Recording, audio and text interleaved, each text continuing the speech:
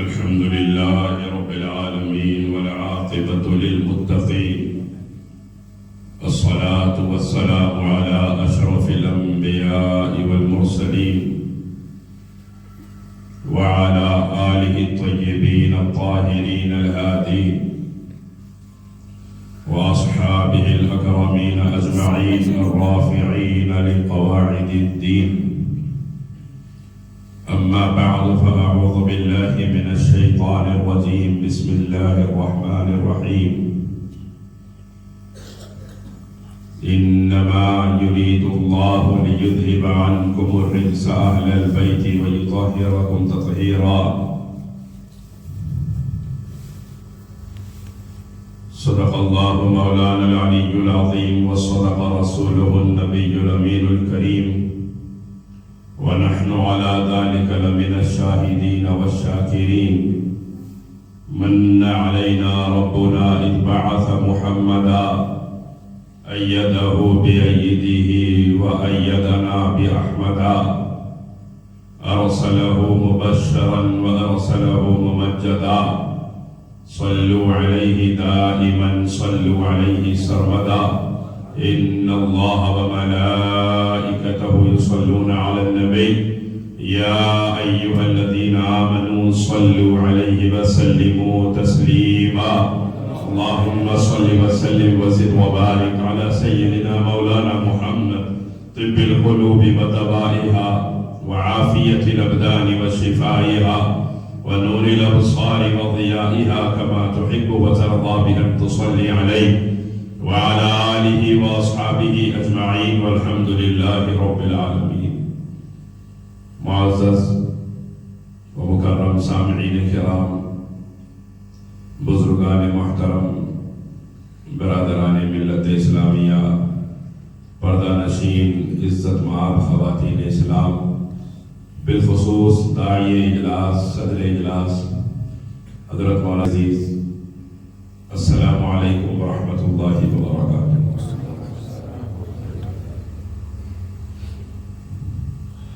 مولا کی رحمتوں کا خزینہ نظر میں ہے،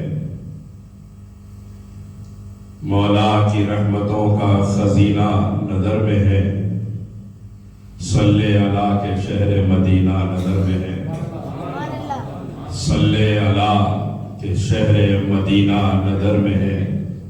دیکھے کوئی حضور کی بندہ نوازیاں، دیکھے کوئی حضور کی بندہ نوازیاں، مجھ سا ذلیل و مجھ سا کمینہ نظر میں ہے۔ حضرات گرامی، اللہ تبارک و تعالیٰ نے آج اس مجلس میں جمع فرمایا ہی اس لیے ہے تاکہ ہم غلاموں کو اہل بیت کی غلامی کی سندیں عطا کی جائیں، کیونکہ ان ناموں کی محافل میں وہی آتے ہیں جن پر ان ہستیوں کی نظر کرم ہوتی ہے۔ حضرت شیخ عبدالحق محدث دہلوی رحمۃ اللہ علیہ، محقق علی الاطلاق، ارشاد فرماتے ہیں کہ حضور پیران پیر نے ارشاد فرمایا ہے کہ جب تک میں نہ چاہوں میرا نام بھی کسی کی زبان پر نہیں آ سکتا۔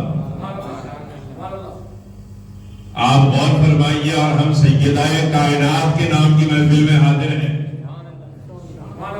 غوث پاک فرماتے ہیں جب تک میں نہ چاہوں میرا نام بھی کسی کی زبان پر نہیں آ سکتا۔ جب شہزادے کے اختیار کا یہ عالم ہے تو دادی جان کے اختیار کا عالم کیا ہوگا؟ جن کے قدموں کی خیرات کائنات کی ولایت ہے، جب ان کے شہزادوں کے اختیار کا یہ عالم ہے تو ان کے اختیار کا عالم کیا ہوگا؟ اب آپ اس سے اندازہ لگائیں کہ جب غوث پاک کی مرضی کے بغیر ان کا نام کسی کی زبان پہ نہیں آ سکتا تو سیدہ کی مرضی کے بغیر کسی کی زبان پہ ان کا نام کیسے آئے گا؟ جب ان کا نام ان کی مرضی کے بغیر زبان پہ نہیں آ سکتا تو ان کی محفل میں بھی کوئی ان کی مرضی کے بغیر نہیں آ سکتا۔ جتنے آئے ہیں یہ ان کی مرضی سے آئے، اور اللہ نے بس یہاں پہنچا کے سیدہ کے غلامی کی سند عطا فرما دی۔ کہ ہمیں اس مبارک و پاکیزہ محفل میں پروردگار عالم نے بٹھایا ہے، جس نام پر بلکہ جس ذات کے شہزادوں پر کائنات کے اکابر اولیاء اقطاب و ابدال زمانہ جس کے بچوں کے نام پہ صدقے ہوتے رہے ہیں، اس فاطمہ زہرا کے نام کی مجلس میں ہمیں اللہ نے جمع فرمایا۔ اور یہ بھی حقیقت ہے کہ جو ان پہ صدقے ہوا ہے، کائنات کو اللہ نے اس پہ سے صدقہ کیا اور اس کا صدقہ کائنات کو عطا فرمایا ہے، اور جو ان کا نہیں ہوا، کائنات کی لعنت اس کا مقدر ہوئی۔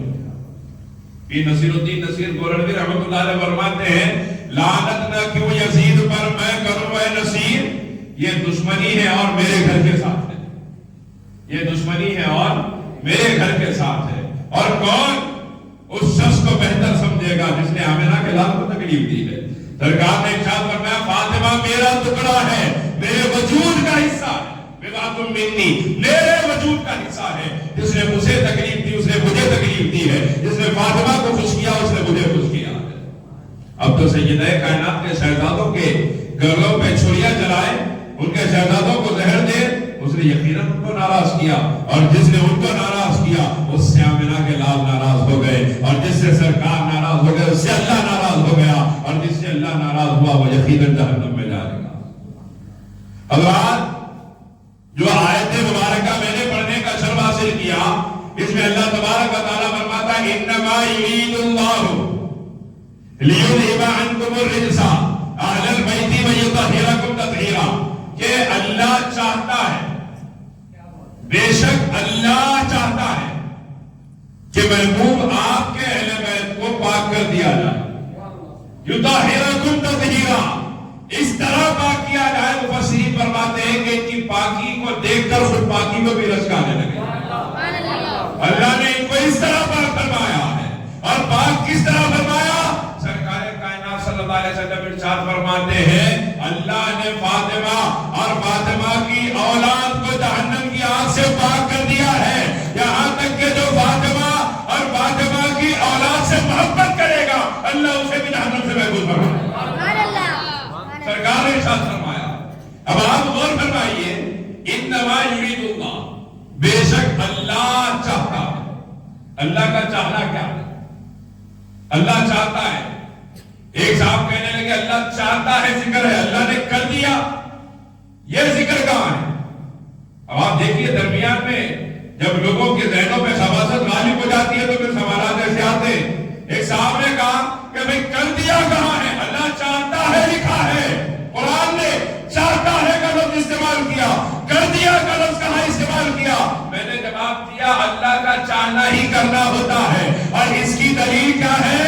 اذا اراد شیئا ان یقول له کن فیکن، اس کی دلیل یہ ہے کہ جب اللہ کچھ چاہتا ہے کن تو وہ ہو جاتا۔ اللہ نے چاہا یعنی خاندان مصطفیٰ کو اللہ نے گندگیوں سے پاک کر دیا ہے، اور اس طرح پاک کر دیا ہے کہ خدا کی عزت کی قسم اگر کوئی اس خاندان کے خلاف کھڑا ہو تو آپ سمجھ لیجئے کہ اللہ نے اس خاندان کو گندگیوں سے پاک کر دیا۔ جو دور کیا گیا صرف اس لیے کیا گیا کیونکہ اس کے وجود میں گندگی ہے، اگر پاکی ہوتی تو وہ خاندان فاطمہ زہرا کا غلام ہوتا، اور ہمیں اس خاندان کا غلام بنا کر اللہ بتا رہا ہے کہ اگر تم میں گندگی ہوتی تو تم بھی دور کر دیے جاتے، ہم نے تم میں وہ پاکی کا گوہر رکھا ہے جس کی وجہ سے خاندان فاطمہ زہرا کی غلامی تمہارا نصیب ہوگا، کیونکہ اللہ ہمارا گندگی سے پاک کیا۔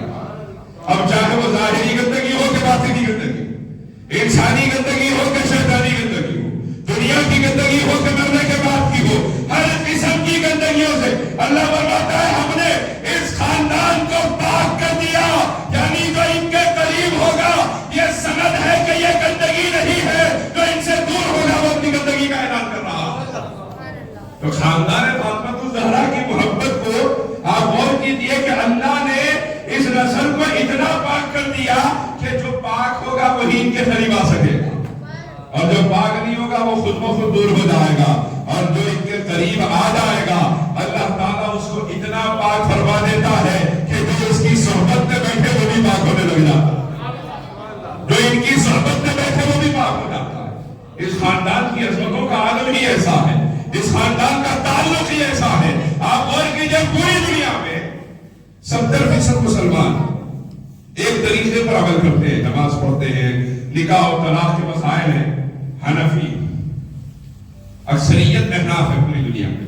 امام اعظم ابو حنیفہ رحمۃ اللہ علیہ کے ماننے والے, ہم بھی ناف کے نیچے آپ مانتے ہیں, امام اعظم کے مسلک پر ہے, اور ہمیں ناز ہے ہمارے امام پر, اور ناز ہے, ناز رہے گا, کیونکہ میرا امام ایسی شان والا امام ہے کہ وہ عنوان اور ہے. لیکن ایک بات عرض کرتا چلو کہ میرا امام ایسی شان والا ہے کہ کشف المحجوب شریف کے اندر حضرت سیدنا داتا گنج بخش علی حجویری رحمۃ اللہ علیہ نقل ارشاد فرماتے ہیں کہ میں نے خواب دیکھا, اور خواب میں نے دیکھا کہ سرکار کائنات صلی اللہ علیہ وسلم کسی کو اٹھا کر آ رہے ہیں. میں نے عرض کیا یا رسول اللہ یہ کون؟ سرکار نے ارشاد فرمایا یہ تیرا امام نعمان بن ثابت ابو حنیفہ ہے. حضرت داتا صاحب رحمۃ اللہ علیہ فرماتے ہیں میں نے اسی وقت سمجھ لیا کہ میرے امام کی شان کا یہ عالم ہے کہ میرے امام کو دنیا والوں نے امام نہیں بنایا, امام الانبیاء نے اس امت کا امام بنایا. اللہ کا احسان ہے کہ ایسا بڑا امام اللہ نے ہمیں عطا فرمایا. اور یہ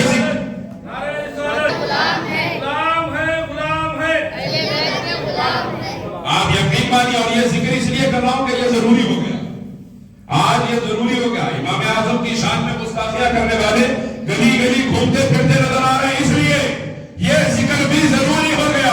اہل بیت کا بھی ذکر ضروری ہے, ان کے چاہنے والوں کا بھی ذکر ضروری ہے. اور پھر امام اعظم کا ذکر کیوں نہ کیا جائے؟ امام اعظم ذات ہی ایسی ہے جس کی مثال کائنات میں نہ پیدا ہوئی نہ قیامت کی صبح تک پیدا ہوگا. امام شافعی, امام احمد بن حنبل, امام مالک, یہ سب امام جس کے شاگردوں کے شاگرد ہے وہ میرا امام ہے.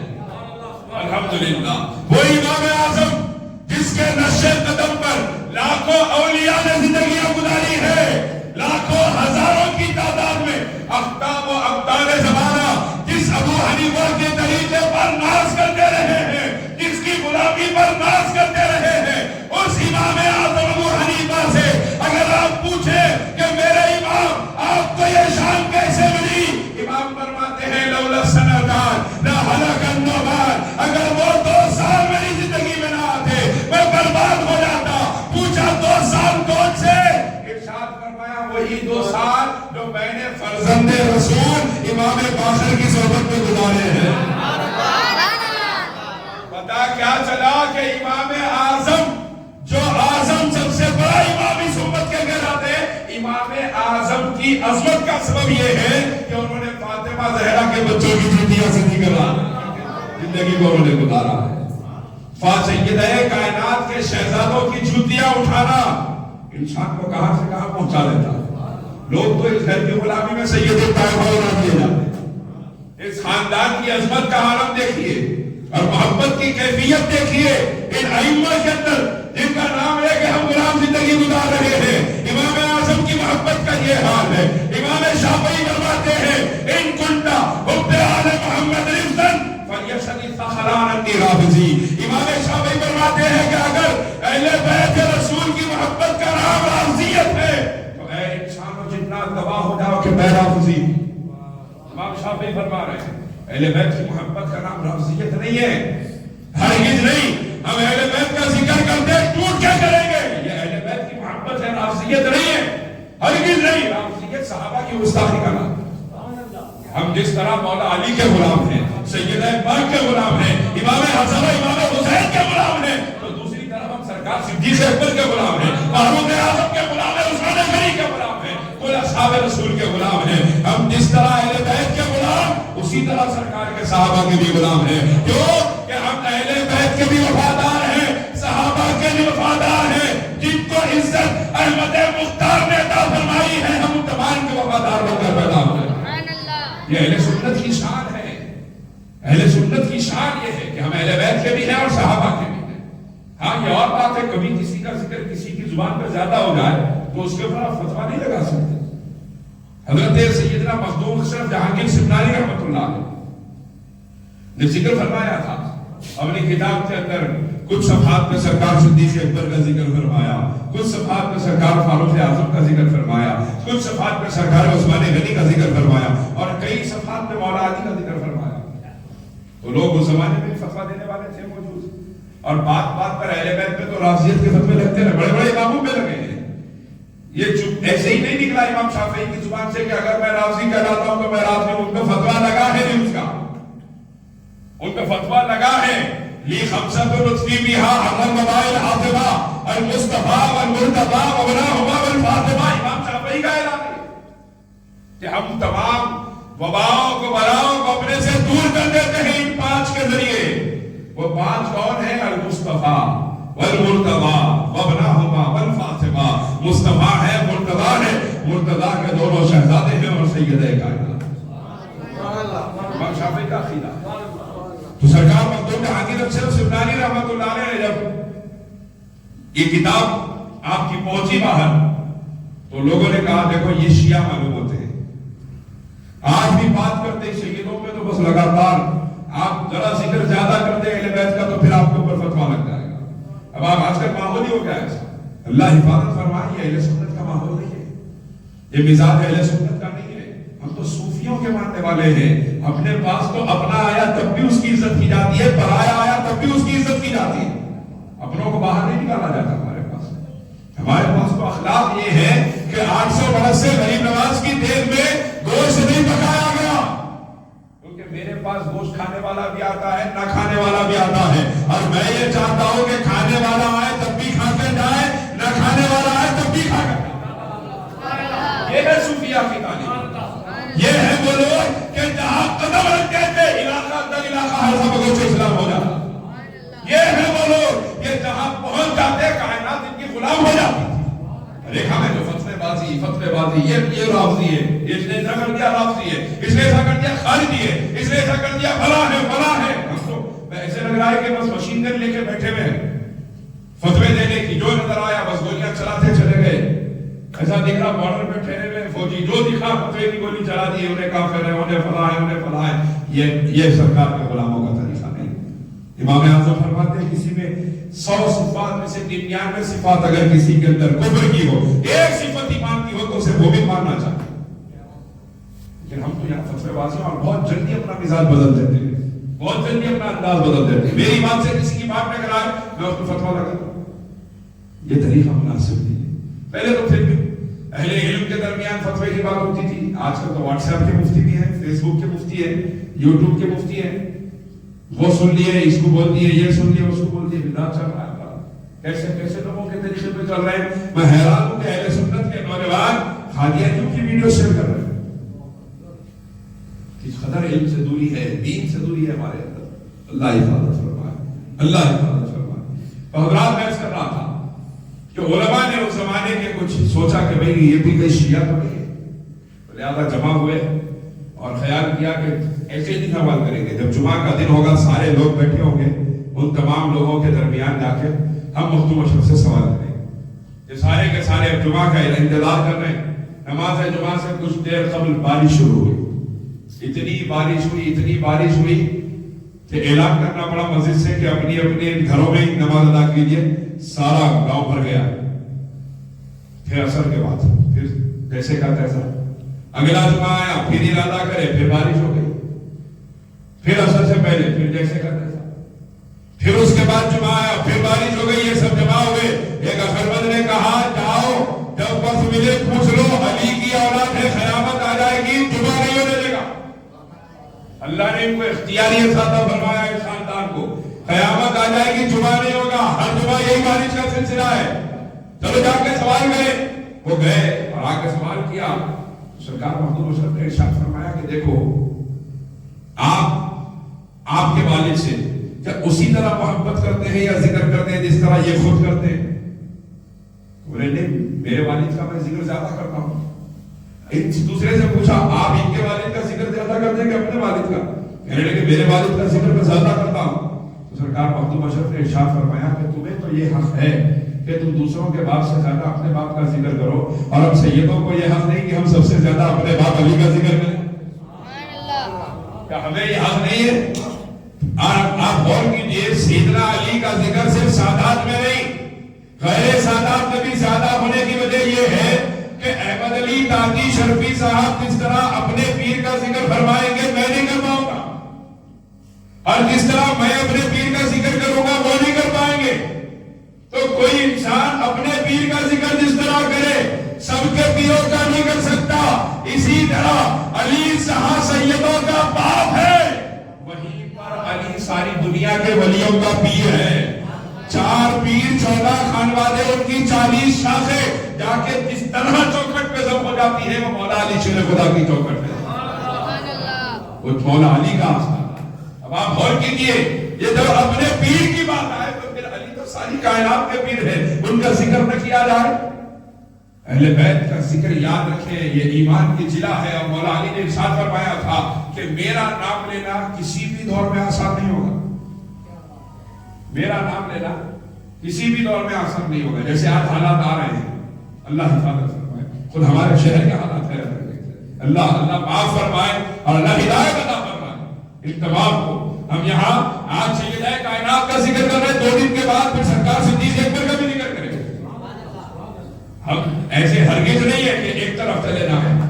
ہم بین چلنے والے لوگ ہیں، اہل سنت ہے. اور میں یہ سنا اس لیے رہا ہوں تاکہ ان نوجوانوں کو یہ سمجھ میں آئے کہ ہمیں سب کو لے کے چلنا ہے، سب کا ادب کر کے چلنا ہے. اور تکفیری مزاج سے امت میں پھوٹ ڈالنے سے، فتنہ فساد ڈالنے سے خود کو بچانا ہے. ایسے لوگوں کی صحبتوں میں بیٹھنے سے بھی بچانا ہے. یہ اس لیے سنا رہا ہوں.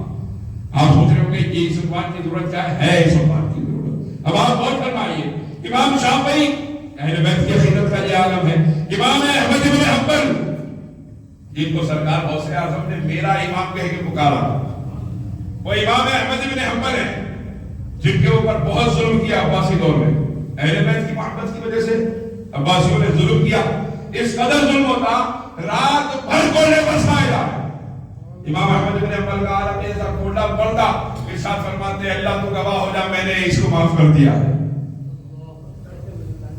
جب زخم لگے تو بددعا نہیں دیتے، فرماتے اللہ تو گواہ ہو جا میں نے اس کو معاف کر دیا، میں نے اس کو معاف کر دیا، میں نے اس بادشاہ کو معاف کر دیا، میں نے اس امیر کو معاف کر دیا. اب لوگ حیران ہیں اور لوگوں نے شاگردوں کو پوچھا کہ حضرت بات سمجھ میں نہیں آتی کہ کل آپ کو اتنے کوڑے پڑ رہے تھے اور آپ فرما رہے تھے کہ میں نے اس بادشاہ کو معاف کر دیا، سبب کیا ہے؟ ارشاد فرمایا کیا تم نہیں جانتے کہ یہ جو بادشاہ ہے یہ سرکار کے چچا حضرت عباس ابن عبد المطلب کی اولاد سے ہے، اور میں نہیں چاہتا کہ قیامت کے دن میری وجہ سے سرکار کے کسی رشتہ دار سے سوال کیا جائے. آپ غور فرمائیے کیا عظمت ہے اس خاندان کی، کیا شان ہے اس خاندان کی. آج تو سیدوں کو ہی باہر نکال کر دیکھا تھا، حضرت عباس کی اولاد کا یہ عالم ہے ان کی نظر میں. آج تو خاندان فاطمہ الزہرا سے جھگڑے ہو رہے ہیں، لڑائیاں ہو رہی ہیں، علمی معاملات میں اختلاف و فساد کیا جا رہا ہے.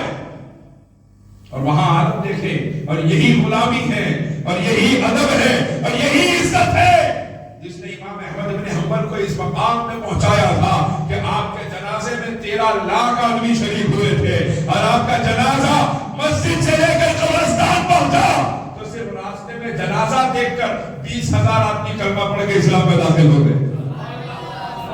اور پھر اسی امام احمد بن حنبل کے ماننے والوں میں اللہ نے سرکار غوث اعظم کو پیدا فرمایا. اور آج بھی لاکھوں کروڑوں لوگ دنیا میں ان کا نام لے کے جینے والے، ان کی غلامی پہ ناز کرنے والے موجود ہیں. وجہ کیا ہے؟ امام اعظم کا نام نظر آتا ہے، امام احمد بن حنبل کا نام نظر آتا ہے، امام شافعی کا نام نظر آتا ہے، امام مالک کا نام نظر آتا ہے. ان سب کی زندگیاں اٹھا کے دیکھیے، سب کے سب اہل بیت کے غلامی کیے، سب کے سب اہل بیت سے محبت کیے ہیں. اور یہ بات واضح ہے، حقیقت ہے کہ کسی بھی زمانے میں کوئی مکہ مفسر ہو، محدث ہو، امام ہو، فقیہ ہو، مجتہد ہو، مجدد ہو، عزتیں اسی وقت ملتی ہے جب علی کا علی کے بچوں کا نوکر ہو جاتا ہے. اسی گھر کی نوکری عزت کا سبب ہے. حضرت عبداللہ بن مبارک رحمت اللہ علیہ. عبداللہ بن مبارک کون ہے؟ امیر المومنین فی الحدیث ہے عبداللہ بن مبارک، جن سے جو صحاح ستہ جو کتابیں پڑھائی جاتی ہیں، امام بخاری، امام مسلم کی، امام ابن ماجہ کی، امام ابو داؤد کی، تمام نے جن سے سند حدیث لی وہ حضرت عبداللہ بن مبارک ہے، جو حضرت سفیان ثوری کے معاصرین میں ہیں. یہ دونوں امیر المومنین فی الحدیث کہہ رہے ہیں. وہ حضرت عبداللہ بن مبارک رحمۃ اللہ علیہ ارشاد فرماتے ہیں کہ میں بار بار حج کو جایا کرتا تھا کہ ایک مرتبہ، اور اس واقعے کو حضرت شیخ محی الدین ابن عربی رحمۃ اللہ علیہ نے نقل فرمایا ہے، مسامرات میں اپنی کتاب میں نقل فرمایا ہے، تو ارشاد فرماتے ہیں کہ جب حضرت عبداللہ ابن مبارک نے فرمایا کہ ایک قافلہ حج کو جا رہا تھا، میں اس قافلے کے ساتھ ہو گیا اور چلتے چلتے ایک مقام پہ پہنچا جہاں پہ میں نے ایک عورت کو دیکھا کہ وہ عورت ایک مردار جانور اپنے گھر میں لے کے جا رہی تھی، اور دیکھنے پہ پردے کے اعتبار سے مسلمان معلوم ہو رہی تھی۔ تو میں اس عورت کے پیچھے چلا گیا کہ مردار جانور کہاں لے کے جا رہی ہے۔ میں اس کے پیچھے گیا اور جا کر حضرت عبداللہ بن مبارک فرماتے میں نے دیکھا وہ ایک دروازے کے اندر گئی، دروازہ بند کر دیا۔ میں نے دروازہ کھٹکھٹایا، اس نے دروازہ کھولا، پوچھا کون؟ میں نے پوچھا تم کون؟ کیا تم مسلمان ہو؟ اس نے کہا ہاں مسلمان۔ میں نے کہا مردار جانور لے کر جا رہی ہو، کس کام کے لیے لے جا رہی ہو؟ تو اس عورت نے کہا آج تک یہ معاملہ میرے اور میرے اللہ کے درمیان تھا، وقد فصل لكم ما حرم عليكم الا ما اضطررتم اليه، کہ جب اضطرار کی کیفیت اس قدر ہو جائے کہ موت سامنے لگے تو وہ حرام چیزیں حلال ہو جاتی ہیں۔ اس آیت کو میں نے سامنے رکھ کے اس مردار جانور کو اٹھا لیا تھا، کیونکہ میں اور میری بچیاں یہاں رہتے ہیں اور کوئی ہمارا پرسان حال نہیں ہے، اور ہم نہ صدقہ لے سکتے ہیں، نہ چندہ، نہ زکات لے سکتے ہیں، کیونکہ ہم خاندان آل رسول سے ہیں، اور 3 دن ہو گیا ہے، میں بھی بھوکی ہوں، میرے بچے بھی، میری بچیاں بھی بھوکی ہیں، اب یہاں تک کہ بہت قریب آ جائے ایسی حالت ہے ہماری، اور ہم کسی سے مانگ نہیں سکتے، لہذا یہ کیفیت ہمارے سامنے ہے۔ تو حضرت عبداللہ بن مبارک فرماتے میری آنکھوں سے آنسو جانے لگے۔ میں نے کہا میں حج کرنے کے لیے پیسہ خرچہ کرتا رہوں، اور جس ذات کے صدقے مجھے حج ملا ہے اس ذات کی اولاد بھوکی رہے، اس ذات کا خاندان تڑپتا رہے، خاندان آل رسول میں یہ حالات آئے، میں کیسے برداشت کروں؟ فرماتے ہیں 500 دینار میرے پاس تھے، میں نے سب اس کے حوالے کر دیے، میں نے کہا اس کو قبول فرما لیجیے، اپنے جد کریم کے واسطے اس کو قبول فرما لیجیے۔ انہوں نے قبول کر لیا اور لے کر چلے گئی۔ پھر فرماتے ہیں میں نکل گیا، سارے لوگ حج کو چلے گئے، میں واپس آ گیا، اپنے علاقے میں آیا، لیکن ایک کیفیت تھی کہ حج کو نہ جا پایا، مدینے پاک کی حاضری نہ ہو سکی۔ میں اپنے گھر میں بیٹھا تھا، پتا چلا حاجیوں کے قافلے واپس آ رہے ہیں، حج ہو چکا ہے، مدینے پاک کی حاضری ہو چکی ہے، کچھ مہینوں کے بعد حاجیوں کے قافلے واپس آ رہے ہیں۔ امام عبداللہ بن مبارک امیر المومنین فی الحدیث ارشاد فرماتے ہیں میں آگے بڑھا، میں نے یہ سوچا کہ جا کے حاجیوں کو مبارکباد دوں۔ میں نے اپنے ایک دوست کے پاس جا کے ملاقات کی جو حج سے بھی آیا، میں نے کہا تمہیں حج مبارک ہو، اللہ تمہیں بہترین بدلہ عطا فرمائے۔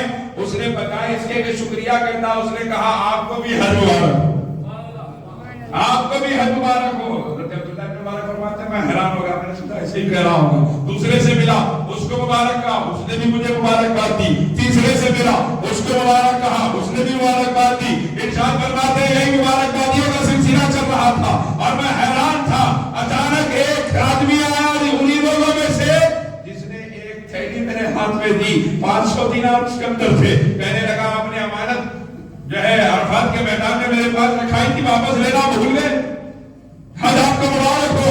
حضرت عبداللہ بن مبارک فرماتے ہیں میں حیرانی کے عالم میں گھر آیا، جب سویا تو میرا مقدر جاگ اٹھا، میرے آقا رحمت عالم صلی اللہ علیہ وسلم میرے خواب میں تشریف لائے۔ میں نے عرض کیا حضور کیا بات ہے؟ سرکار نے فرمایا ابن مبارک تجھے حج مبارک ہو، اے ابن مبارک تجھے حج مبارک ہو۔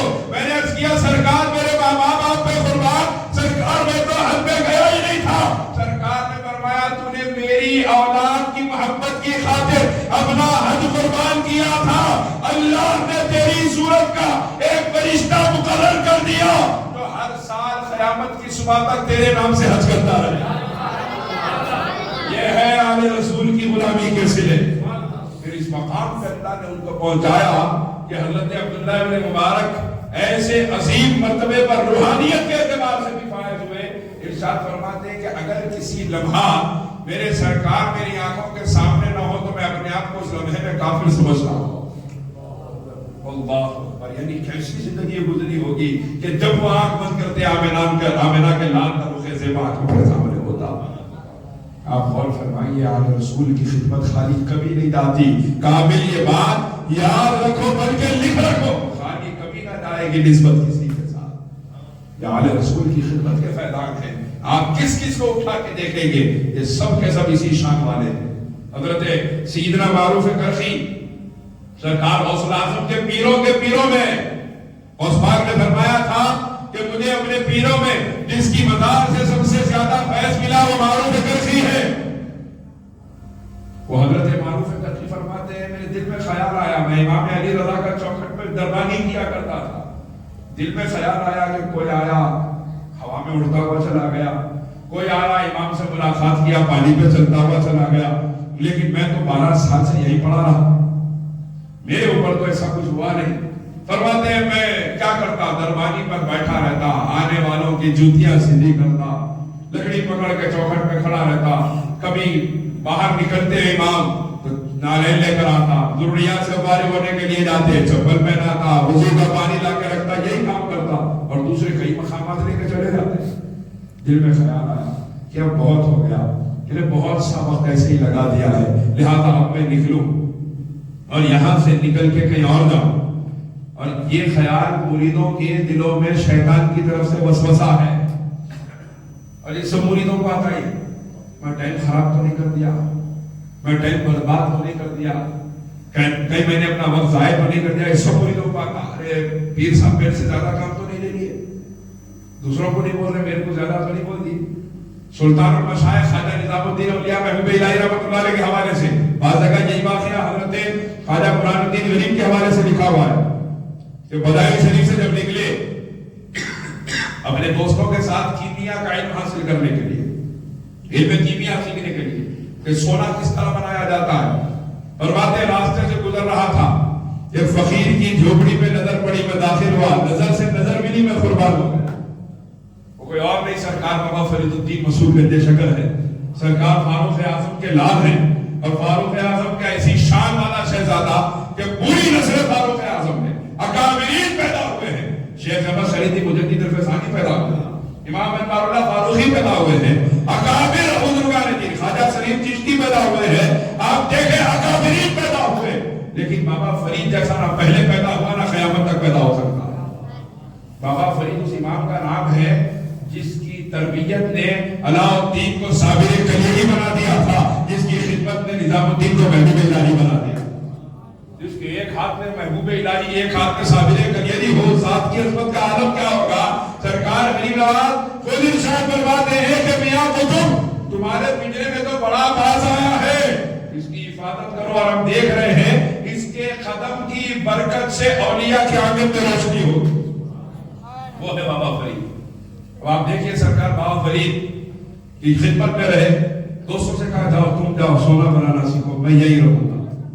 پڑے رہے، ارشاد فرماتے ہیں کچھ دن اسی طرح ہونے کے بعد میں میرے دوستوں کی واپسی کا وقت آیا. وہ واپس جاتے ہوئے کہنے لگے نظام الدین تم نے دیکھا ہمارے ہاتھوں میں سونے کے بھرے ہوئے تھیلے، اور ہم تو اب سونا بنانا سیکھ کر آئے ہیں، تم نے تو اپنا وقت اس فقیر کے لیے ضائع کر دیا. فرماتے ہیں دل میں خیال آیا اللہ اکبر، کیا واقعی میں نے اس بزرگ کی خدمت میں، اپنے پیر کی خدمت میں، کیا میں نے واقعی میں اس فقیر کی خدمت میں اپنے وقت کو ضائع کر دیا. ارشاد فرماتے ہیں یہ بے چینی تھی کہ میرا وقت برباد تو نہیں ہو گیا. اچانک آواز آئی نظام الدین کہاں ہے؟ میں حاضر ہوا، عرض کیا سرکار حکم فرمائے. ارشاد فرمایا ہم ضرورت سے فارغ ہونا چاہتے ہیں، جاؤ پانی کا لوٹا بھی لا کے رکھو اور اینٹ کے ڈھیلے بھی لا کے رکھو. فرماتے مٹی کے ڈھیلے لینے کے لیے چلا، پانی کا لوٹا رکھا، مٹی کے ڈھیلے ڈھونڈ کے لانے کے لیے پہنچا. ارشاد فرماتے جس ڈھیلے پر ہاتھ رکھتا خود بخود سونا بن جاتا. اس کے بعد فرماتے جب مٹی ختم ہو گئی میں نے پتھر پہ ہاتھ رکھا تو پتھر سونا بننے لگا. حیرانی کے عالم میں کھڑا تھا، آواز آئی کہاں ہے نظام الدین؟ میں حاضر ہوا، عرض کیا سرکار حاضر ہوں. ارشاد فرمایا کہاں رہ گئے تھے؟ میں نے کہا کہ سرکار آپ نے یہ جب حکم فرمایا میں گیا تو یہ معاملہ پیش آیا. بابا فرید نے ارشاد فرمایا جب ساری مٹی سونا بن گئی تھی تو سونا ہی ڈالے تھے طہارت کے لیے، سونا ہی ڈالے تھے. عرض کیا سرکار آپ ہی نے تو سکھایا ہے کہ طہارت سونے سے نہیں کی جا سکتی، اس کے لیے مٹی لازم ہے. ارشاد فرمایا نظام الدین پھر اس سے کیسا دل لگانا جو طہارت لینے کے لیے قابل کا نہ رہا، اس سے کیسا دل لگانا جو طہارت لینے کے لیے قابل کا نہیں ہے. ارے دل لگانا ہے تو اپنے یار سے لگا، دل لگانا ہے تو احمد مختار سے لگا، کیونکہ جس کا دل ان سے لگ جاتا ہے اس کی صحبت میں آنے والے اولیاء میں شامل کر دیے جاتے ہیں. یہ ہے ہمارے بزرگوں کا فیضان کہ ان کی صحبت میں وہ مل جاتا ہے جو کیمیا گروں کو نصیب نہیں ہو سکتا. ان کی خدمت میں اللہ وہ سب کچھ عطا فرما دیتا ہے. اب آپ غور فرمائیے, حضرت معروف کرشی فرماتے ہیں دل میں آیا خیال, شیطان نے بھٹکایا, میں نے سوچا اب چلو یہاں سے. 2-3 دن نکلے, 2-3 دن کا کھانا رکھ کے نکل گیا, 2-3 دن گزر گئے, جنگل میں جاتا ہی رہا. فرماتے ہیں بھوک لگی. پہلے وہاں پڑا رہتا تو بھوک بھی نہیں لگتی تھی, یہ روحانیت کی طاقت ہے. فرماتے ہیں پہلے وہاں رہتا تو ایسی بھوک نہیں لگتی, یہ بھوک کی شدت ہے. سوچ رہا ہوں کہ قافلہ نظر آ جائے, یہ قافلہ نظر آیا. میں نے سوچا چلو اس قافلے سے کچھ مانگ. اس قافلے کے پاس پہنچا اور جا کے میں نے اس قافلے والوں سے مانگنے کا ارادہ ہی کیا تھا کہ ان لوگوں نے اذان دے دی. اذان کے لیے جب اذان دی گئی تو نماز کے لیے سب کھڑے ہو گئے. میں نے سوچا اتنا انتظار کیا, نماز تک انتظار ہو جائے. میں نے نماز تک انتظار کیا. جب نماز ہوئی سوچا ابھی مانگوں تو ان لوگوں کے امام نے پلٹ کے کہا آپ سب جانتے ہیں ہمارے پاس کھانے کے لیے کچھ بھی نہیں ہے. اب حیران ہو گئے. جیسے ہمارے حیدرآباد کا مشہور مقولہ ہے کہ مصیبت زدہ کو آفت زدہ کا سلام. پہلے اپنے پاس کچھ بھی نہیں ہے بولے تو ان کے پاس بھی کچھ بھی نہیں ہے. اب حیران ہے کہ کیا کیا جائے.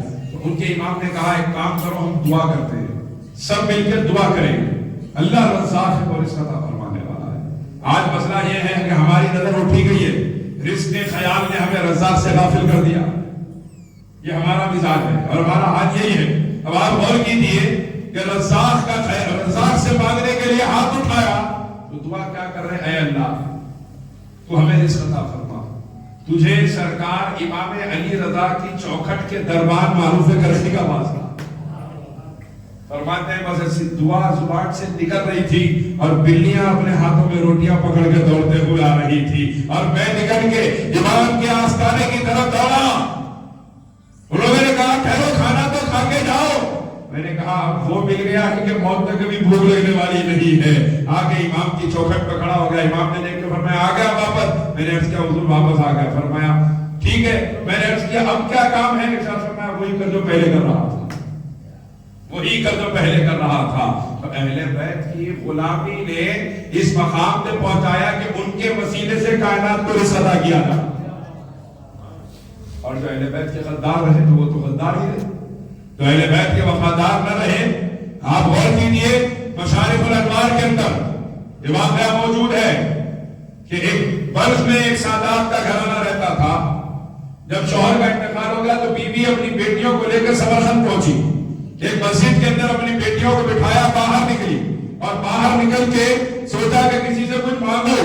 یہ کہہ کے کہ میں آل رسول ہوں, صدقہ مت دینا, مجھے تحفہ کم از کم دے دینا, کوئی تو حضور کی صورت سے دے گا.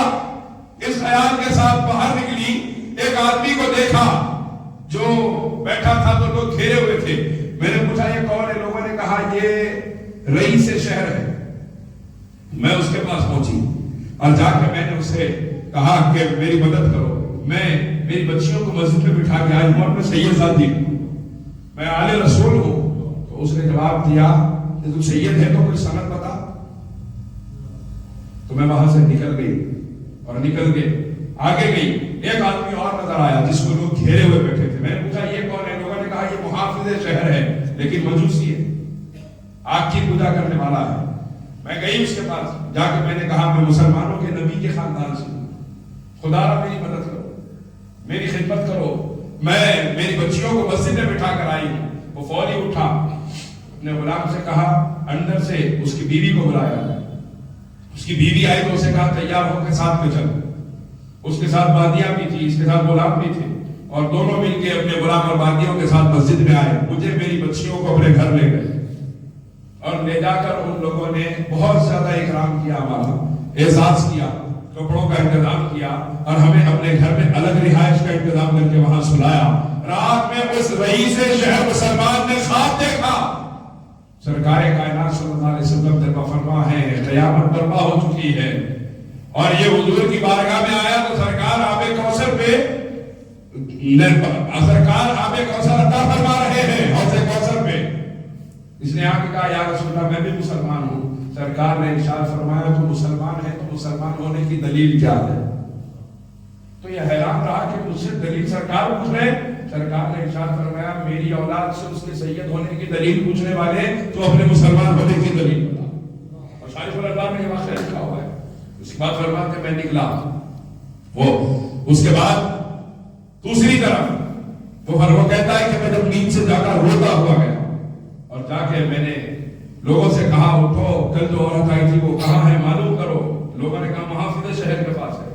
میں گیا جا کے اس سے کہا تو جتنا چاہے مان لے ان کی خدمت میرے حصے میں دے دے, ان کی خدمت میرے حصے میں دے دے. اس نے کہا نہیں میں نہیں دوں گا. بہت زیادہ اصرار کیا تو محافظ شہر نے جواب دیا بات یہ ہے کہ جب یہ سید زادی گھر میں آئی ہیں تو ان کی برکت سے ہم سب کے سب مسلمان ہو گئے. اور جہاں تو نے ایک خواب دیکھا تو وہیں میں نے بھی ایک خواب دیکھا ہے کہ رسول اللہ صلی اللہ علیہ وسلم میرے خواب میں تشریف لا کے ارشاد فرما رہے ہیں کہ میرے خاندان کی خدمت کا صلہ اللہ نے تجھے ایمان کی شکل میں عطا فرمایا. میں اور میرا پورا کا پورا گھرانہ مسلمان ہو گئے. اب تو چاہے ساری دولت دے دے تیرا سارا عہدہ دے دے لیکن میں اس خاندان کی خدمت کو چھوڑنے والا نہیں ہوں. اور سرکار نے خواب میں مجھے جنتی ہونے کی بشارت دی اور ایک محل دکھایا. ارشاد فرمایا یہ تیرا محل ہے جو جنت میں تیرے نام سے بنایا گیا ہے کیونکہ تو نے میرے خاندان کے ساتھ خدمت کا معاملہ کیا ہے. تو ماننے والا ہو تو پھر یہ برکتیں ہیں اور نہ ماننے والا ہو تو پھر آپ غور کیجیے آخرت برباد ہو جاتی ہے. تو اہل بیت کی خدمت بڑے شرف والوں کا اور بڑے اچھے مقدر والوں کا حصہ ہے. ہر کس و ناکس اسٹیج سے میں نہیں آتی لیکن حضرات جہاں اس خاندان کی محبت ہے جہاں اس خاندان کی عزت ہے سرکار امام باقر فرماتے ہیں جہاں اللہ نے فرمایا اتقوا اللہ وکونوا مع الصادقین اے ایمان والو اللہ سے ڈرو اور سچوں کے ساتھ ہو جاؤ. جہاں اللہ نے یہ فرمایا کہ صادقین کے ساتھ ہو جاؤ وہاں پہ ان سچوں سے مراد کوئی اور نہیں خاندان آل رسول ہے. خاندان آل رسول ہے ان کے ساتھ ہو جاؤ. کہ کل دنیا دیکھے گی کربلا کے میدان میں اللہ کے محبوب کا نوازا کھڑا ہوگا اور کوئی ساتھ دینے والا نہیں ہوگا. اللہ پہلے فرما رہا ہے کونوا مع الصادقین سچوں کے ساتھ ہو جاؤ. ایمان والوں سے کہہ رہا ہے سچوں کے ساتھ ہو جاؤ. کیا مطلب ایمان والا وہی کہلائے گا جو ان سچوں کی غلامی کو اختیار کر لے گا. اتقوا اللہ وکونوا مع الصادقین. امام سرکار امام جعفر صادق نے فرمایا ثم لتسألن یومئذ عن النعیم. یہ کہا جاتا ہے اللہ تعالیٰ نے قرآن پاک میں ارشاد فرمایا پھر تم سے نعمتوں کے بارے میں پوچھا جائے گا. قیامت کے دن اللہ پوچھے گا وہ نعمتوں کے بارے میں جو تمہیں عطا فرمائی ہے. سرکار امام جعفر صادق فرماتے ہیں وہ جو نعمت ہے جس کے بارے میں پوچھا جائے گا وہ نعمت کچھ اور نہیں خاندان آل رسول ہے. امام جعفر صادق فرماتے ہیں ثم لتسألن یومئذ عن النعیم. اس نعمت کے بارے میں تم سے پوچھا جائے گا. اگر تم اس نعمت کے بارے میں وفادار رہو گے تو عزت دار قرار دیے گا اور ان کے غدار ہو گئے تو آخرت برباد کر دی جائے گی. یہ وہ نعمت ہے جس کے بارے میں ثم لتسألن یومئذ عن النعیم کہا گیا. وہ نعمت خاندان فاطمہ الزہرا ہے. وہ نعمت خاندان آل رسول ہے. اور امام جعفر صادق فرماتے ہیں اس نعمت کے بارے میں قیامت کے دن پوچھا جائے گا. ایک جگہ اللہ فرماتا ہے وَاعْتَصِمُوا بِحَبْلِ اللَّهِ کہ لوگوں اللہ کی رسی کو مضبوطی سے تھام لو. سرکار امام باقر نے فرمایا وہ اللہ کی رسی کوئی اور نہیں خاندان آل رسول ہے. ان کو تھامنے کا اللہ نے حکم فرمایا ہے. وَلَا تَفَرَّقُوا تم ان کو چھوڑ دو مت کیونکہ ان کو چھوڑو گے تو پھر تفریق میں پڑ جاؤ گے. خاندان آل رسول کو تھامنے کے الگ الگ مقامات پہ حکم فرمایا. مولا کائنات فرماتے ہیں قرآن میں جہاں بھی یا ایھا الذین آمنوا کہہ کے پکارا گیا وہاں اکثر ہم خاندان آل رسول ہی بولا. قرآن ان کی عظمتوں کی گواہی دے رہا ہے. سرکار کائنات ان کی عظمتوں کی گواہی دے رہے ہیں. اور آج بھی دنیا ان کی غداری کی بات کر رہی ہے. اور آج بھی دنیا کہہ رہی ہے کہ سب برابر ہے. ہرگز نہیں ہے ایسا. ہرگز نہیں ہے. یقیناً ان اکرمکم عند اللہ اللہ کے پاس زیادہ عزت دار وہ جو زیادہ تقوی والا ہے. وہ عمل کی بنیاد پر ہے. خاندان آل رسول کی عزت عمل کی بنیاد پر نہیں خون مصطفیٰ کی بنیاد پر. کوئی آدمی 1 کروڑ رکعت نماز پڑھے 10,000 کتابیں لکھے 1 لاکھ تقاریر کرے اس کی یہ پوری زندگی کی عبادت زہد و تقوی ریاضت اور یہ تمام خدمات ایک طرف ہے اور مصطفیٰ کے خون کا ایک خطرہ مسئلہ ایک طرف ہے جو سیدوں کی رقم میں توڑ رہا اس کے برابر نہیں ہو سکتا. خدا را سمجھیے کہ ہم کس کے ذکر کے لیے جمع ہوئے ہیں, کس فاطمۃ الزہرا اور ان کے خاندان کی عظمتوں کا ذکر کرنے کے لیے جمع ہوئے ہیں. ان کی وفاداری غلام کو عباس علمدار بنا دیتی ہے, ان کی وفاداری غلاموں کو سید الطائفہ بنا دیتی ہے, ان کی غلامی لوگوں کو معروف کرسی بنا دیتی ہے, ان کی غلامی ابو حنیفہ کو امام اعظم بنا دیتی ہے. اور جو ان کا وفادار نہ ہو وہ یا تو عبید اللہ ابن زیاد ہو جائے, یا پھر یزید ہوتا ہے, یا عمر ابن سعد ہوتا ہے, یا پھر شمر کی طرح پوری دنیا کی لعنتوں کا حقدار ہو جاتا ہے اور ساری دنیا لعنتیں کرتی ہے. علامہ اقبال نے فرمایا تھا حد ہی نہیں حسین تیرے انتخاب کی, لفظ یزید گالی سے پتر بنا دیا. آپ گالی دے تو اتنا غصہ نہیں آئے گا لوگوں کو جتنا یزید کہنے پر آئے.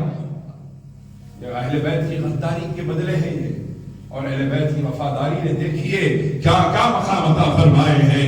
اگر کسی کے پاس حقیقت و حقیقت کی نظر ہے وہ جائے سرکار غوث اعظم کے آستانے پر, سرکار غریب نواز کے آستانے پر, سرکار قطب پاک کے آستانے پر, بابا فرید کے آستانے پر, محبوب الہی صابر کلیری جناب دلی بندرواز کے آستانوں پر جائے. کسی کو حقیقت کی نظر مل گئی ہو وہ جائے بابا شرف الدین سہروردی کے آستانے پر, سرکار یوسفین کے آستانے پر, شاہ ابو غدار حسینی کے آستانے پر. ارے جا کے کوئی پوچھے شیخ عبدالحق محدث دہلوی کے آستانے پر, امام احمد رضا فاضل بریلوی کے آستانے پر, امام انوار اللہ فاروقی کے آستانے پر, شاہ ولی اللہ محدث دہلوی کے آستانے پر کوئی جا کے پوچھے یہ مقام کس کی غلامی سے ملے. ان سارے آستانوں سے ایک ہی آواز آئے گی, حیدریم قلندرم مستم بندہ مرتضی علی الصف. ہماری عزتوں کا سبب علی کے بچوں کی غلامی ہے. اب ہم اس لیے چمکے ہیں کیونکہ ہم نے اپنے مقدر کو علی کے بچوں پہ قربان کر دیا, ہم نے اپنے آپ کو علی کا کر دیا. اللہ نے ہمیں چمکایا, ہماری نسلوں کو چمکا رہا ہے. قیامت کی صبح تک ہماری گنبدیں چمک کے یہ اعلان کر رہی ہوں گی کہ جو علی کے قدموں پہ قربان ہو جاتا ہے وہ ہمیشہ کے لیے روشن کر دیا جاتا ہے. اس گھر کا عالم یہ ہے کہ ارشاد فرماتے ہیں حضرت حسن رضا خان صاحب نے غالباً فرمایا تھا کہ بے اجازت ان کے گھر میں جبرائیل آتے نہیں, بے اجازت ان کے گھر میں جبرائیل آتے نہیں. خضر والے جانتے ہیں خضر و شان اہل بیت. ایک مرتبہ امام علی مقام سرکار امام حسین علیہ السلام ارشاد فرماتے ہیں کہ میں امیر المومنین سیدنا فاروق اعظم کے پاس گیا تو وہ بہت ہی خاص محفل میں بیٹھے کچھ صحابہ سے بات کر رہے تھے, اور حضرت عبداللہ بن عمر باہر کھڑے تھے, وہ بھی اندر نہیں آ رہے تھے. صاحبزادے امیر المومنین کے وہ بھی اندر نہیں آ رہے تھے, باہر ہی کھڑے تھے. میں نے سوچا اتنی خاص بات ہو رہی ہے تو میں بھی کھڑا ہو جاؤں. کچھ دیر کھڑا رہا, پھر عبداللہ بن مبارک واپس ہوئے تو عبداللہ بن عمر واپس ہوئے تو میں بھی ان کے ساتھ واپس ہو گیا. پھر ملاقات ہوئی تو میں نے سیدنا فاروق اعظم سے کہا کہ میں آیا تھا آپ سے ملاقات کے لیے. تو پھر آپ نے ارشاد فرمایا آپ اندر کیوں نہیں آئے؟ تو میں نے عرض کیا کہ بات یہ ہے کہ عبداللہ ابن عمر بھی باہر ٹھہرے تھے, اس لیے میں بھی باہر ٹھہرا رہا. وہ واپس چلے گئے تو میں بھی واپس چلا گیا. سرکار فاروق اعظم نے فرمایا وہ عبداللہ ابن مبارک اور ہے اور آپ حسین ہیں, وہ اور ہیں, آپ کی ذات اور ہے. اس ذات کی قسم جس کے قبضے میں میری جان ہے, ہمارے سروں پہ جو بال اگے ہیں وہ بھی آپ کے گھر کی برکت سے ہے. یہ ہے سرکار فاروق اعظم. وہ حضرت ابو ہریرہ رضی اللہ تعالیٰ عنہ, کس نے نام نہیں سنا حضرت ابو ہریرہ کا؟ کون سی کتاب ہے حدیث کی جس میں ابو ہریرہ سے نقل کردہ روایت موجود نہ ہو؟ کون سی کتاب ہے جس میں ہم نے حضرت ابو ہریرہ کا ذکر نہ پڑا ہو؟ حضرت ابو ہریرہ جو اصحاب صفہ میں ہیں, حضرت ابو ہریرہ تو راوی احادیث کثیرہ ہیں. ارشاد فرماتے ہیں صحابہ کہ ایک مرتبہ صحابہ کے بچے مسجد نبوی کے باہر کھیل رہے تھے. جب وہ کھیل ختم ہوا وہ واپس جانے لگے تو ان بچوں میں حسین بھی تھے, ان بچوں میں حسین بھی تھے. صحابہ فرماتے ہیں ہم حیران ہو گئے اس منظر کو دیکھ کر کہ ابو ہریرہ جس کے سر پہ علم کا تاج رکھا گیا, اس ابو ہریرہ کو ہم نے دیکھا کہ ابو ہریرہ اپنے سر سے اپنا امامہ اتار کے حسین کی نالین کو پوچھ رہے تھے. اور دنیا کو بتا رہے تھے کہ انہی کے سروں پہ عزت کا تاج رکھا جاتا ہے جو اہل بیت کی غلامی کو اختیار کر لیتے ہیں. تو عطرت رسول کانفرنس میں جمع ہونے والے یقیناً یہ لوگ قابل مبارکباد، قابل سب مبارکباد ہے کہ اللہ نے ان کو اہل بیت کے نام کی محفل میں جمع فرمایا. لیکن جہاں اہل بیت کی محبت ہے وہی اہل بیت کی تعلیمات بھی ہے، وہی اہل بیت کی قربانیاں ہیں. آپ غور فرمائیے، میں اپنی پردہ نشین ماں اور بہنوں سے عرض کرنا چاہوں گا، سیدہ کائنات کے نام کی محفل میں ہم حاضر ہیں، لیکن ہمارا حال کیا ہے؟ اب یہاں سے نکلے تو پھر موبائل میں وہ سیریل، یہ سیریل، یہ فلم، وہ فلم، اسی میں مصروفیت ہے. موبائل نہیں تو ٹی وی، ٹی وی نہیں تو موبائل. اور ہمارے بچیوں کا بھی یہی حال ہو گیا. ان کے ماں باپ کیا کریں، کالج چھوٹ گئے تو کہاں ہے معلوم کرنے کے واسطے موبائل دلا دیں. اب یہ بہت کچھ معلوم کر لیے، کیا معلوم کر لیے، جو معلوم نہیں کرنا تھا سب معلوم کر لیے. اور یہ کوئی نئی بات نہیں ہے، یہ ہو رہا ہے اور ہر محلے میں ہو رہا ہے، ہر جگہ ہو رہا ہے، ہر گھر میں ہو رہا ہے. اور یہ ایسی چیز ہے، ٹی وی کے اندر کم از کم آدمی وہ دیکھ سکتا ہے وہ جو دکھا رہا ہے، لیکن یہ ایسی چیز ہے اس میں وہ دکھایا جاتا ہے جو ہم چاہ رہے ہیں. آپ یوٹیوب کھولیں، کسی مولانا کا بیان دیکھ رہے تھے، وہ ریلیٹڈ ویڈیوز میں ایسا کچھ کھول دیتا کہ گناہ کی طرف بات نہیں نکلتا. اپنی بچیوں کی عزتوں کی حفاظت کریے خدا کے واسطے، اپنے بچوں کے دین کی، اپنی بچیوں کے دین کی حفاظت کیجیے خدا کے واسطے. نسلیں برباد ہو رہی ہیں، برباد ہو رہی ہیں نسلیں. چھوٹا فون دلائیے، میں بار بار لوگوں سے کہہ رہا ہوں، چھوٹا فون دلاؤ. اگر آپ کو معلوم کرنا ہے کہاں ہے تو چھوٹے فون پہ معلوم ہو جاتا. شروع میں دلا دیے تھے کہتے چھوٹا ہی، لیکن تھوڑے دن کے بعد سب بچیاں بڑا لا رہے ہیں، تو بچی کا ایسا کی فیل کرنی تھی، اس واسطے میں بھی بڑا دلا دیا. سب برباد ہو رہے. تو میری بچی بولی میں بھی برباد ہوتی، میں بولا برباد ہو جاؤ، میرا کیا کرنے کا ہے. یہ ہے حالات. سب برباد ہو رہے تھے. ہماری بچی کی بولی سب جا کے گڑے میں گر رہے تھے. ہماری بچی بولی ابا میں بھی کود جاتے. بولا جاؤ کود جاؤ، پڑ جاؤ، میرے کیا کرنا ہے. وہ نہیں بولتے ہم، لیکن یہ ضرور کریں گے. یہاں ہم کو احساس ہوا کہ نہیں دوسروں کے جیسا میرے کو بھی کرنا چاہیے. وہاں بھی احساس کریے. خاندانوں کی عزتیں پارکوں میں نیلام ہو رہی ہے. یہ موبائل نام کی بلا ہمارے گھروں کا سکون برباد کر گئی ہے، مصیبت میں ڈال دیا اس نے. اور یہودیوں کی چالوں میں سب سے بھیانک چال، جس میں یہودی اور عیسائی سب سے زیادہ کامیاب ہوئی ہے اسمارٹ فون. یہ اس سے جو فائدے ہیں اس سے کئی گنا زیادہ نقصان، کئی گنا زیادہ نقصان. اس لیے خدا کے واسطے سنبھالیے اپنے گھرانوں کو. سیدہ کائنات کی تعلیمات کیا ہے. اور آج تو عالم یہ ہے پاکستانی نام بہت پسند اپنے کو. بچہ ہوا تو بولے حضرت نام، وہ ایک نام سوچے ہم، بچے کا یہ ہے، بچی کا یہ ہے، اگر دونوں میں سے کیا ہوا تو یہ بولا یہ نام کہاں سے سنے. ہمارے گھر والے بولے آپ تحقیق کریں تو 80% وہی چینل گھر والے پاکستانی سیریل میں نام سن کر رکھا. ہمارے لیے صحابیات کے نام نہیں ہے کیا؟ ہمارے لیے امہات المومنین کے نام نہیں ہے کیا؟ ہماری بچیوں کے لیے سرکار کے گھرانے کے نام نہیں ہے؟ ہمارے بچوں کے لیے صحابہ کے نام نہیں، جو 2 کروڑی کے ناچنے والوں کے نام پہ اپنے بچوں کے نام رکھ رہے ہیں. ارے وہ عورت جو عزت نیلام کر رہی ہے اس کے نام پہ ہم اپنے بچوں کے نام رکھ رہے ہیں. ارے کوئی عورت اگر کوئی غلط حرکت کر کے خاندان میں بدنام ہو جائے، کوئی اپنی بچی کا نام اس کے نام پہ رکھنے تیار نہیں ہوگا، تو وہ تو ساری دنیا کے سامنے عزت پر نیلام کر کے بدنام ہو رہی ہے، اس کے نام پہ ہم اپنی اولاد کا نام کیسے رکھ سکتے ہیں؟ یہاں تک پہنچ رہے ہیں. سرکار نے ارشاد فرمایا کوئی عورت نکلے اپنے گھر سے اور خوشبو لگا کر نکلے اور اس کی خوشبو کی وجہ سے کوئی مرد اس کی طرف پلٹ کے دیکھے، سرکار فرماتے ہیں وہ بدکار عورت ہے، وہ بدکار عورت ہے. اب تو قصہ یہ ہے میاں باہر سے آتے وقت سب کو سستا پرفیوم لے کے آئے، بیوی کچھ مہنگا لا کے دی. بولا نہیں ہو رہا ہے، سب کو ایسے ویسے لا کے دے دیا، تمہارے کو اچھا لا کے دیا، کہیں بھی گئے تو ہمارے بیوی لگا لے کے جانا. یہ ہے مزاج بات. سرکار فرماتے ایک آدمی پلٹ کے دیکھے وہ بدکار عورت ہے. اور سرکار نے جسے بدکار کہہ دیا، خدا کی عزت کی قسم وہ نیکوکار نہیں ہو سکتی، نہیں ہو سکتی. وہ یقیناً بدکار ہے جسے آمنہ کے لال نے بدکار کہا. خوشبو لگا کے نکلنے والی ایسی خوشبو کہ کوئی آدمی اگر قریب سے گزرے تو اسے خوشبو جائے، ایسی ہر عورت بدکار ہے. اس حدیث کو اگر سامنے رکھا ہے، اس حدیث کے مقابلے، اس حدیث کے معاملے میں اگر آپ دیکھیں، ایسی ہر عورت بدکار ہے جس کی خوشبو کی وجہ سے کوئی آدمی اس کی طرف پلٹ کے دیکھے. اور اب تو عالم یہ ہے کہ بازو سے گاڑی پہ سے گزر گئے تو بوا نہیں، خوشبو ایسے ایسے پرفیوم لگا رہے ہیں مہنگے سے مہنگے، اور ماں باپ کی غیرت ہے کہ قبرستان میں آرام کر رہی ہے. مطلب ہی نہیں کہ ہمارے کو کہیں بھی جاؤ بچے، کہیں بھی جاؤ بچیاں جہنم میں جاتے نہ زیادہ سے زیادہ میرے کیا کرنا ہے. خالی لے جاتے ہیں، آپ کو بھی لے کے جاتے ہیں، خالی ہرگز نہیں جاتے. ایک عورت 4 کو لے جائے گی فرمایا سرکار، آپ نے سنا ہوگا بار بار، اب اس کی طرف میں نہیں جاؤں گا، لیکن حالات ایسے ہیں. سرکار نے ارشاد فرمایا کوئی عورت بن سور کے گھر کے باہر نکلے، بن سور کے بلا حجاب، سرکار فرماتے ہیں اپنے گھر کے باہر نکلے بغیر حجاب کے، بن سور کے، سرکار نے فرمایا ہر قدم پر اس پر اللہ کی بھی لعنت ہوتی ہے، فرشتوں کی بھی لعنت ہوتی ہے.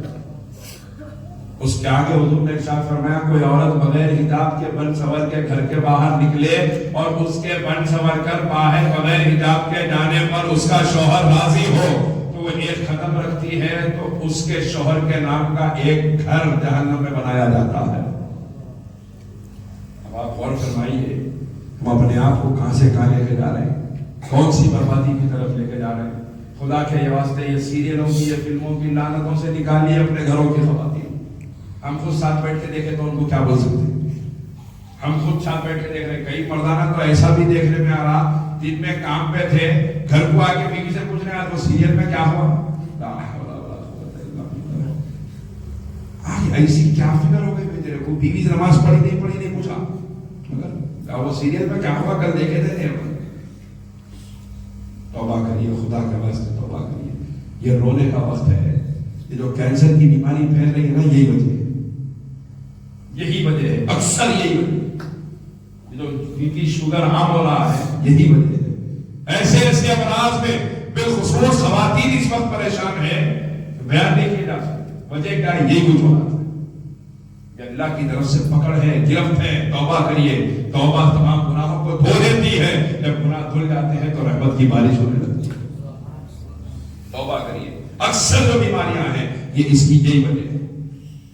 ایک مرتبہ سرکار اپنے صحابہ کی مجلس میں سرکار نے ارشاد فرمایا سب سے پاکیزہ ترین عورت کون؟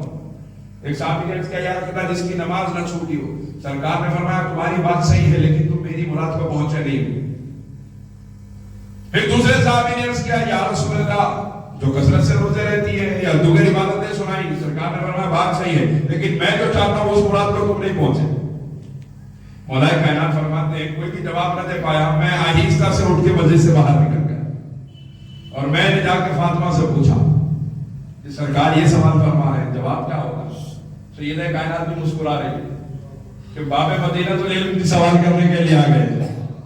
جس کے دروازے پہ ساری دنیا سوال کرنے جائے، جو علم رسول کا دروازہ ہے وہ جہاں جا کے سوال کر رہے ہو فاطمہ الزہرا ہے، کیونکہ علی علم رسول کا دروازہ ہے اور فاطمہ مصطفیٰ کے وجود کا حصہ ہے. وہ پہلے سے ہی اندر ہے، دروازہ باہر لگایا جاتا ہے، وہ وجود رسول کا حصہ ہے. اب آپ غور فرمائیے کہ مولا علی فرماتے ہیں میں نے گیا فاطمہ سے پوچھا. فاطمہ نے مسکرا کے جواب دیا.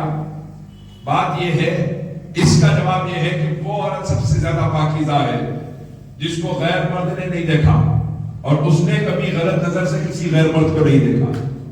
وہ عورت پاکیزہ ہے.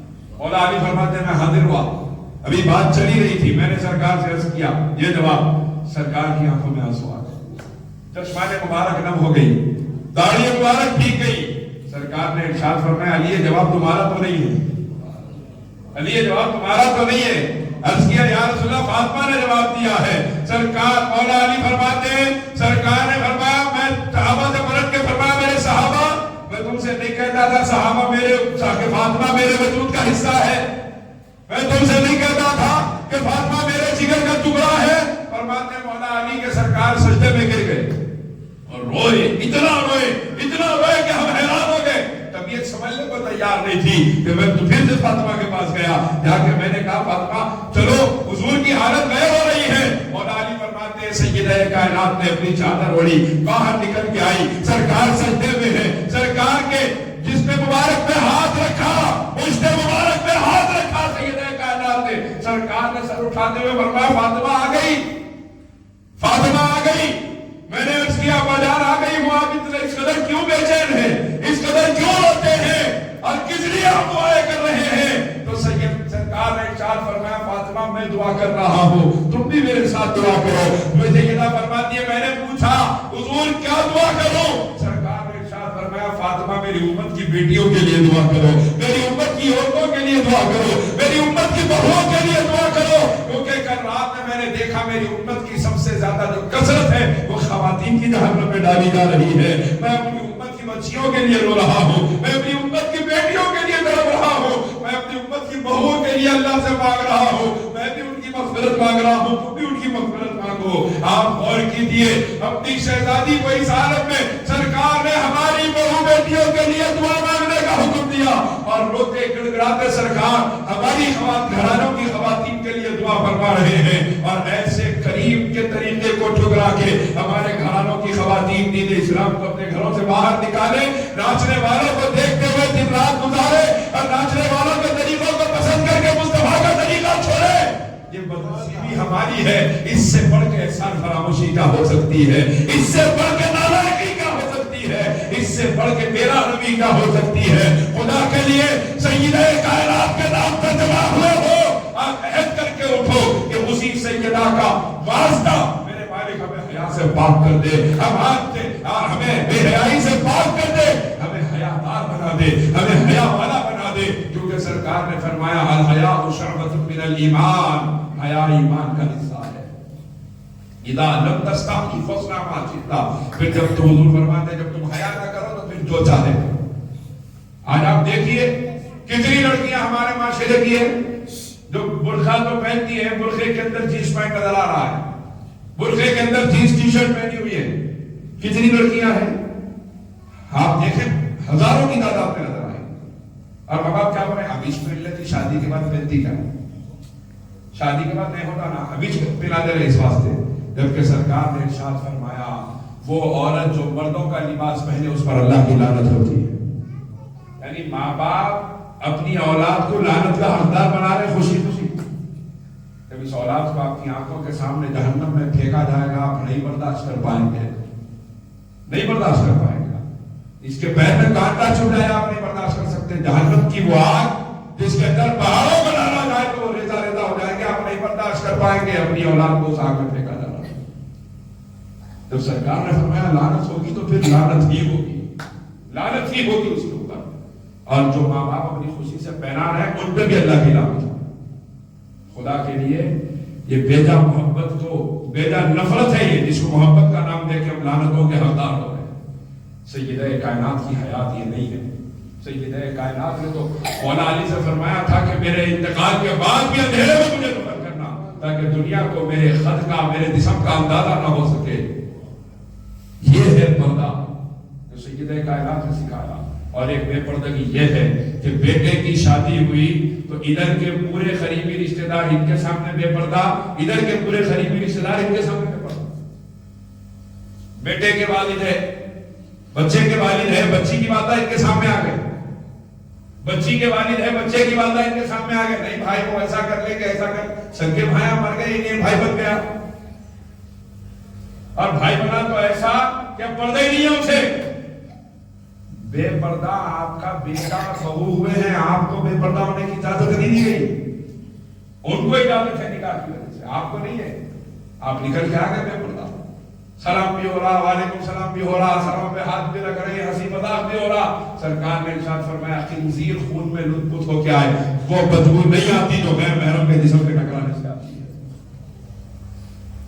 کتنا نہیں ہو رہا ہمارے پاس، ایک بچہ بچی کی شادی ہوئی پورا خاندان بے پردہ۔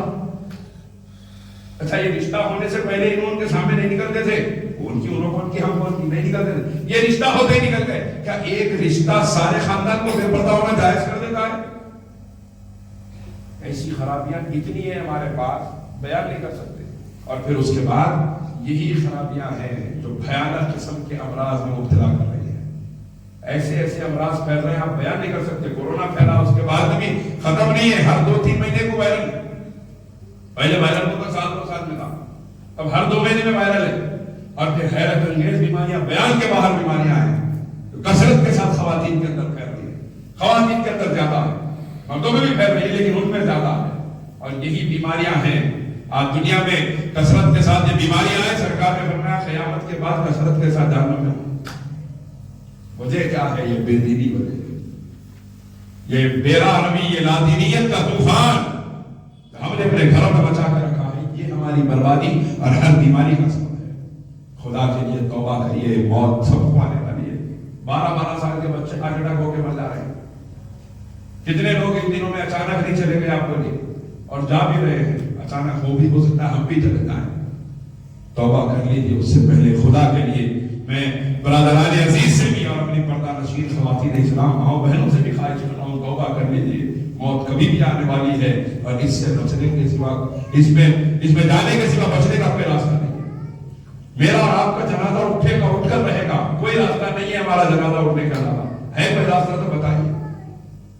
میں اور آپ اللہ کا نام لینے کے قابل نہیں رہیں گے، کفن پہ لکھتا ہوا ہمارا جسم ہمارے گھروں کے اندر پڑا رہے گا، یہ آپ کے ساتھ بھی ہوگا، میرے ساتھ بھی ہوگا، اس کے سوا کوئی اور راستہ ہے تو بتائیے۔